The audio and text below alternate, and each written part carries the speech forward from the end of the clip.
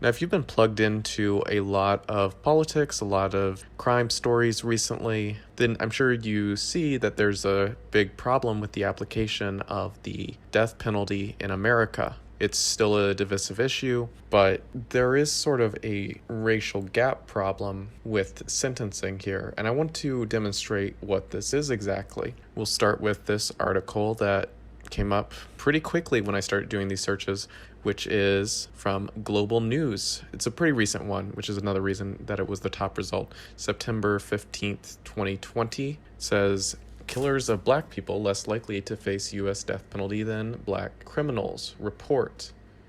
Now, maybe the killers of black people are predominantly black, but let's just read through and get an idea of what they're saying. So they say, since the death penalty resumed in 1977, 295 black defendants were executed for killing a white victim, but only 21 white defendants were executed for the killing of a black victim, even though black people are disproportionately the victims of crime. Yes, at the hands of black people.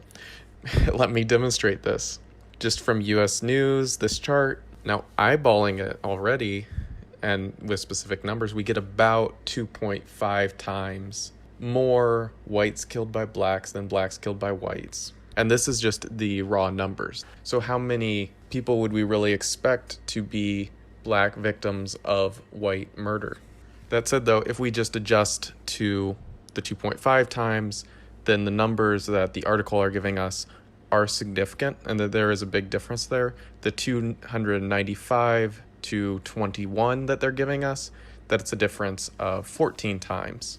So actually, they could have a point here if there weren't a big if. I'm actually surprised to see this high of blacks killed by whites listed out per year because of the stories we've been given. If these were homicides that fit the narrative, that were, let's say, cruel, particularly worthy of the death sentence, as we usually think of it these days, we would definitely hear about them. They would be plastered as headlines, but it's really actually a struggle in any given year for homicides of black people killed by white people to make the news. And I don't think it's for lack of trying at all, because when we get a Dylan Roof or something, then those stories are plastered across headlines for years. Meanwhile, in contrast, for just the whites killed by blacks, it's not made into major news, it's made into local news. But if you go around certain commentators or just collected news clips from channels like Colin Flaherty, Eggplant Shines on BitChute, or Camelot Daily even, you'll see a lot of collected stories of particular cruelty against white victims at the hands of black people. And these stories you would think would often get the death sentence. Now, I don't see that coming from the other side, even with the mainstream media apparatus trying to help them out. So I really wonder, given these statistics even, if the number of black people killed by white people here is not really something that fits a particular narrative. It could be not so much first-degree murder as, let's say, second-degree manslaughter, something far less intentional and malicious than we see in most of the black on white murders. And that's just a gut reaction. It's very difficult to apply that subjectiveness to these situations, but we can just get this gut reaction by engaging in enough content and news stories to sort of recognize that it's exceedingly rare for white people to be killing black people with a particular maliciousness. But the reverse of black people killing white people is something that is just very well documented. Now, just a general statistics to keep in mind, black people are making up 13% of the population. Each year they're going to commit more than half of all murders, generally speaking, and 93% black murder victims killed by other black people. And that's from 1976 to 2005. Compiled just here from Fox News, and that was just generally what I wanted to get at, the statistics in general. And this gives us, despite being 13%, we're going to see 53% of murders. This one from 2018. Now, generally, if all states had the death penalty, we would then therefore see about 53% plus of black people on death row. However, we don't. One aspect could be that some states don't have the death penalty. Featured here in blue the ones without the death penalty and ones in red with death penalty. I was curious about how big of an impact these states not having the death penalty could have. So I divided all states by having the death penalty and not having the death penalty to see what relative populations there are in these states. And what I found for totals and their percent of demographics is that 69% of all black people living in the US live in states with death penalties, and only 31% live in states without death penalties. In contrast, then, there's 63.5% of white people living in states with death penalty, and 36.5% of white people living in states without the death penalty. And this is from the 2010 US Census. I was actually pretty surprised at this given the breakdown of death row inmates, which we'll get at to momentarily, given here that you see the larger percentage white from that population in these states without death penalty. But it does mean that the vast majority of black people actually live in states with death penalty, which is what we need to get at. Visually, this is a percent black by zip code on a map. And then here in blue, we can see areas with heightened death rates. Note though, in comparison to our last chart, this one divides by county, so the homicides are spread wider. They're going to be more concentrated in the, quote, bad part of town. That said, all of these first stats that I've gone through just lay the groundwork for what might be affecting the demographics, seeing the death penalty when focusing on black and white. It's laying my argument out first on total murders, and then as a result of percent populations in states with the death penalty, that we should actually be seeing over 50% black people on death row most years, though this is pretty general and it will be less uniform just because of these states without death penalties messing with my data. So depending on how much black murder rates vary depending on location, I'll accept what's presented to me if it's reasonable. At least that's what we might expect. In actuality, it's not as fair as that. Let's take a look at the data in the Death Row USA for spring 2020. We'll start with the percentages executed since the death penalty was reinstated in the 1977. By the way, also, this is a report made by the NAACP.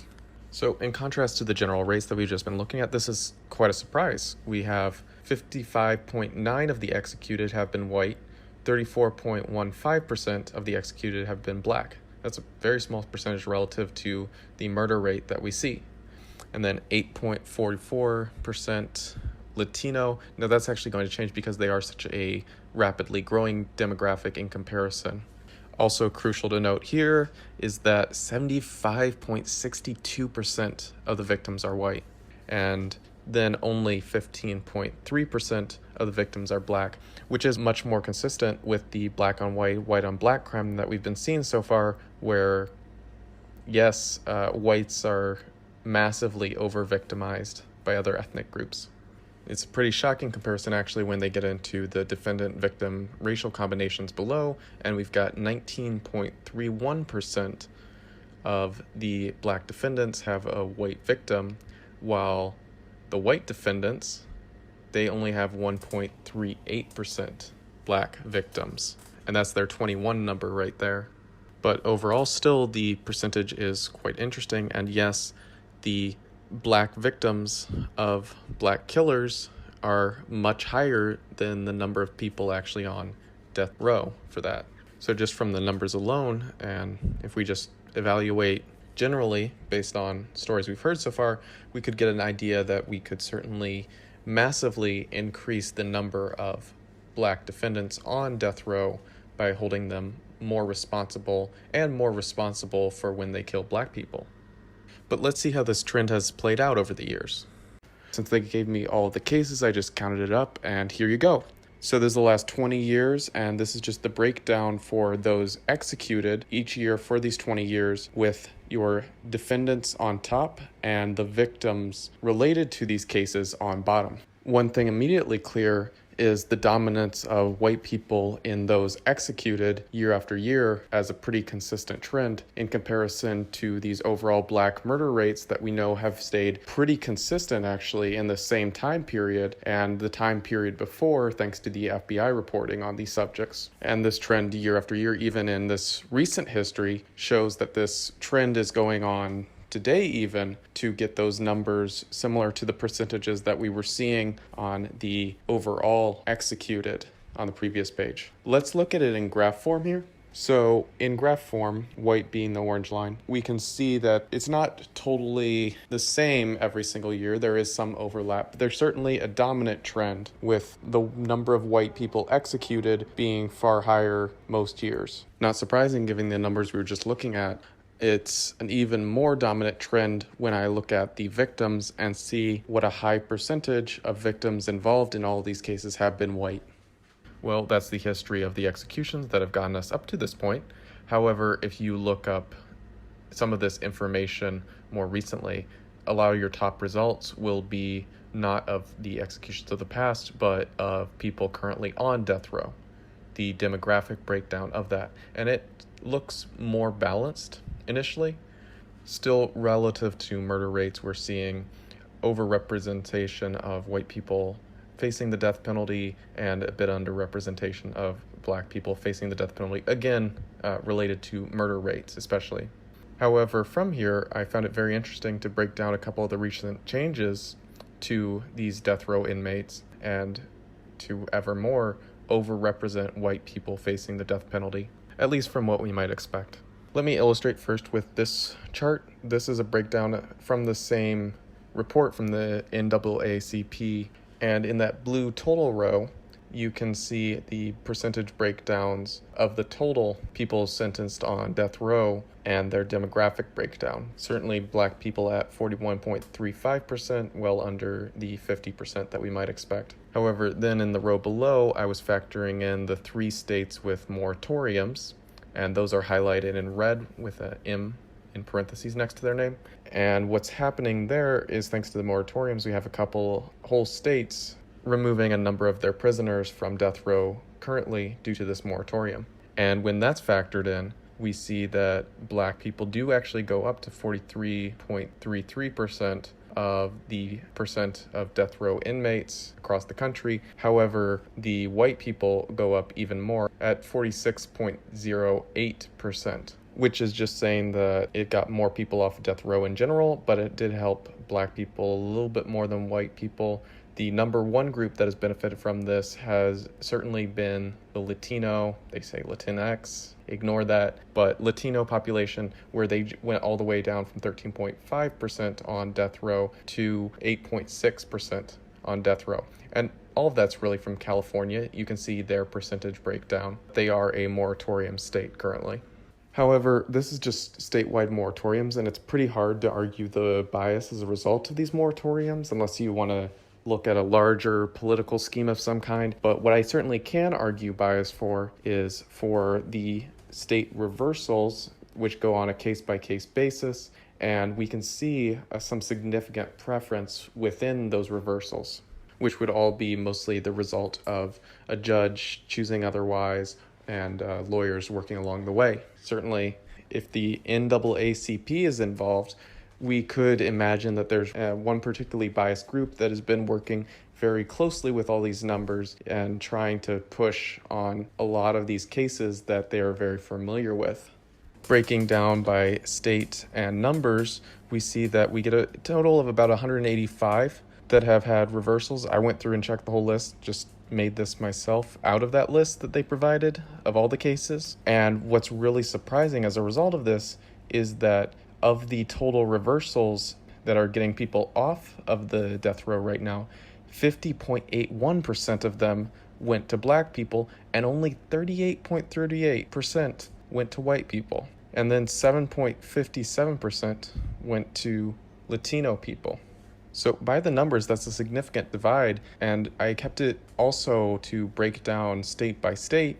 You can see that some states are pretty even. You see Florida up there has by far the most reversals right now, but they're pretty even across the races, relatively speaking. What's really affecting it is more southern states in general seem to have this repeated bias. The worst offenders right here, you can see South Carolina and Texas by percentage preference for black offenders getting their death row sentence reversed. More in general, it's just a US-wide push that has gotten a significant difference of percentages between black and white here. But it does look larger when I put it that way than when we look at it in relation to the overall chart of people currently on death row. And when both moratoriums and reversals are factored in, then this gets black people down to 42.24% of those on death row, but pushes white people up again to 47.01% on death row. And that's just in comparison to where we started. So with every step, if we see one particular trend, it's that each of these steps within law steadily makes white people more and more represented on death row. And they started out a bit more represented on death row than I would have necessarily expected. Now keep in mind, this is just the number of people currently on death row, and therefore the breakdown of demographics relates to the current number of people on death row. But the people who end up executed, right now we're uncertain of that, because we still have a time for reversals in all of these cases, and many of these people will still be on death row for years. So if the trend of preference for black people getting more reversals by percentage year after year continues, then I would expect that the percentages would conform more closely to the percentages that we've been seeing for previous years, which show a higher percentage of white people as the total executed and a lower percentage of black people executed. Certainly, as I've gone over, moratoriums have had their effect, as well as the states that do and don't have the death penalty currently. However, just the bias within different communities, as well as within particular activist groups, we get a good idea of why it is that there's so many more reversals coming for black people, and why, despite particularly high murder rates, they relatively rarely face the death penalty. Meanwhile, white people face the death penalty a whole lot more compared to their murder rate and the number of murders that white people actually do. And again, though, the simplest solution to this is just punishing black criminals more harshly, making sure that they face the death penalty more often, and included in that is punishing all of these black criminals who are guilty of killing other black people. But if I could express this in terms of what people want, well, this is the Americans' view of the death penalty by a Gallup poll taken consistently from 1937 to 2015. And generally speaking, approval of the death penalty here is lowest during a time following low murder rates in America. But as the murder rate surges towards the end of the 1960s, and I should say more accurately as the black murder rate surges, following a couple of major changes including integration and race riots, that's when the approval of the death penalty went way up to peak in the 1990s. Also from Gallup, Americans do generally feel that death penalty is used fairly. However, to my surprise, actually, the majority relative to percent about right or percent too often say that the death penalty is used not enough. So, of course, my proposal could go through, potentially. Well, not quite. See, there's actually significant racial divides on the opinions of Americans on the death penalty, with white people being 68% in favor and 29% opposed, black people only 39% in favor and 55% opposed. Hispanics more similar to white, but only 56% in favor, 43% opposed. So the big difference is white versus black. It's a clear clash, and it makes the laws very difficult. You could kind of see too how the black community is going to necessarily be campaigning more and more often to get people off of death row, even if they are guilty, and even if they are guilty of killing other black people. So why does this matter, though? First, this does contribute in a relatively small way to enabling black murderers. At least they don't face as many repercussions as we would need to fundamentally change that community. Worse yet, the black community resistance to the death penalty should indicate to you why our justice system is so neutered currently.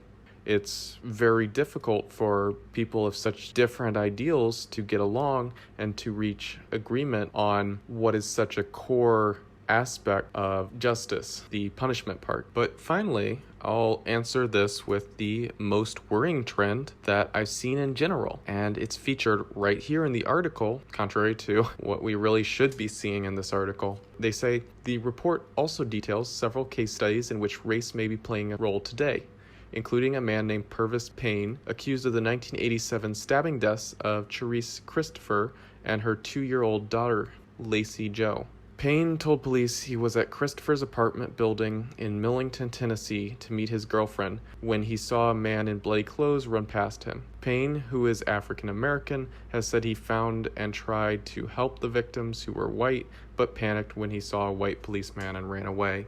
Now, of course, the trial has gone through and he has been guilty because all the evidence so far is against him, but his story is still that there's some invisible person that did it instead. So just think about that. You know the stats. I know the stats. This reporter has read through what we just saw all the white victims. You can see how much more often white people are the victims of these crimes. And when it comes to actually following through and applying the death penalty, it's clear that it's more applied against murderers who are white. We know the solution already to what the article requests at the beginning: punishment for the killers of black people. And that's inevitably going to be putting way more black murderers to death, because that's the demographic doing it and not getting punished for black on black crime enough. That's the only way we can have the justice that this article is looking for in the beginning, because certainly we see in general how often the white murderers of black people, when it's any sort of major news story, are pushed straight through to a death sentence, and at an expedited rate where we can see it. But instead of just using that sense, the article divorces itself of its own premise and instead tries to push for the reevaluation, release, reversal for a black person who, by all evidence to now, killed a white mother and a white child, a 2-year-old. And you need to understand this trend. You need to understand why halfway through this article, they forget their own premise and concentrate specifically on appealing for someone that is, by all prior evidence, a brutal murderer of a white woman and her child. And we can't get lazy on this. This is a very serious media trend that we need to fight. We do need to concentrate on justice being more readily delivered against black murderers. We cannot afford to incentivize it by making the sentences relatively lighter. However, I do want to end with a bit of a white pill at least. This is the comment section of the article from Paul Coker. The Jews that own mainstream media are trying to start a race war before the US election. That crazy guy on TV says the mainstream media is an enemy of the people. It looks like he was right again. And it looks like these are just posted on Facebook as the replies. So go give these people some love on Facebook, and if you can help educate people on this article, that's good too. I think they need a couple of the stats. Link this video if you'd like. But just like these people are posting, every little bit of information we can put out there, wake people up. Everyone on this article seem like they're pretty smart and they're getting the thumbs up. So good sign at least there. And I've seen a lot more and much more radical comments all over Facebook and YouTube, normie platforms. So we still have a mountain to climb, but I think we can get there, especially when people know that we must get there.